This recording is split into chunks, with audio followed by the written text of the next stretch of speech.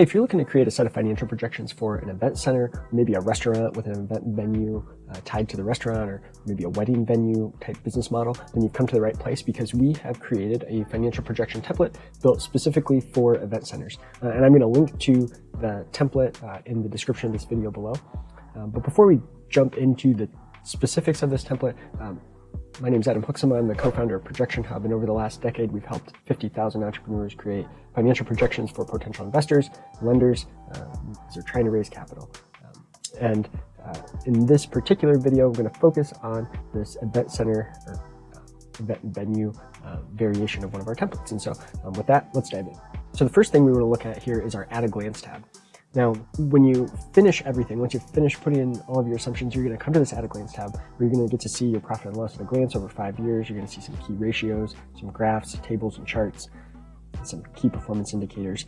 And then you're also going to have your 5-year income statement here, 5-year cash flow summary, 5-year balance sheet summary, and then an income statement, cash flow, and balance sheet all broken down by month for each of the 5 years. So you have that detail if you need it.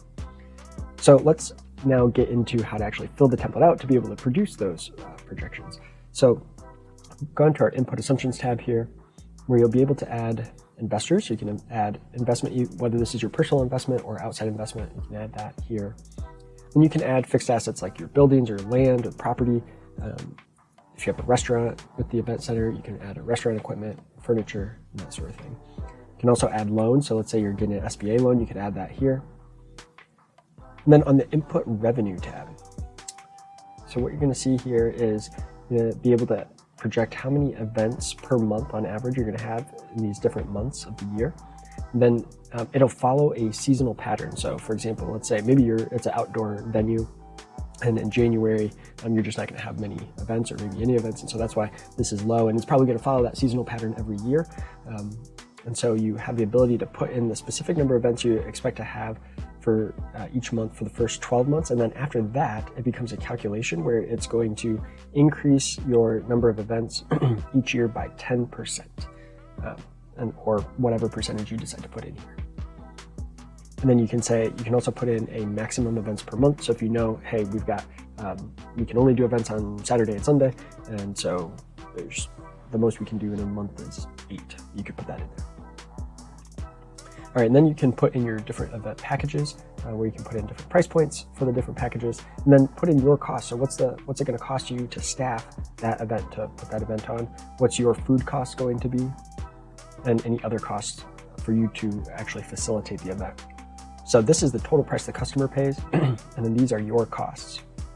So in this example, $2,300 worth of cost for you, and the customer's paying $4,000. So you're having a gross profit of that $1,700. And then you can say, okay, what percentage of these events, these monthly events that we're having, are package 1, what percentage are package 2, 3, and 4, and so on.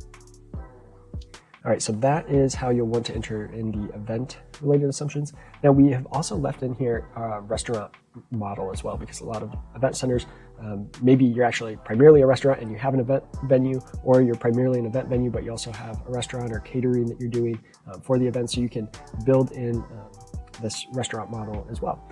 If you don't have any restaurants that you own, just put a 0 in right here. And it's going to zero out everything on the restaurant related revenue, so you won't have to worry about that. But let's say you do have, hey, we have 1 restaurant at the venue, and then you can start filling out these assumptions, like what percentage of capacity of the 100 seats, what percentage capacity will be filled each month, what's an annual growth rate, how many hours are you open, what's the menu look like, then do you have takeout? You have the ability to add in takeout assumptions as well. And then some restaurant direct expenses like bartenders, their wages, servers, number of servers needed, and what their wages would be, chefs, how many chefs, and what their wages would be as well, to come up with restaurant direct expenses. So you're going to have events revenue and restaurant revenue, and event cost of goods sold and restaurant cost of goods sold.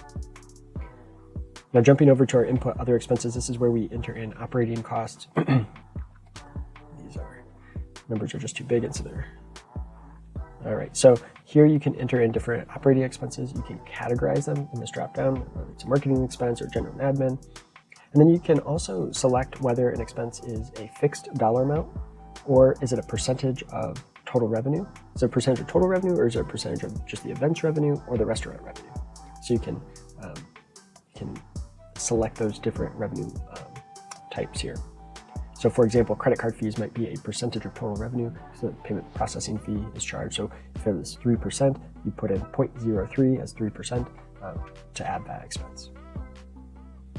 And then you can also add salaried positions here. We've already entered in a lot of the cost of goods sold, so the labor, staff labor, and the restaurant labor. But if you have some salaried positions, you can put those in here. And with that, it'll bring us back to our at a glance tab, and you'll be able to see how your numbers shake out.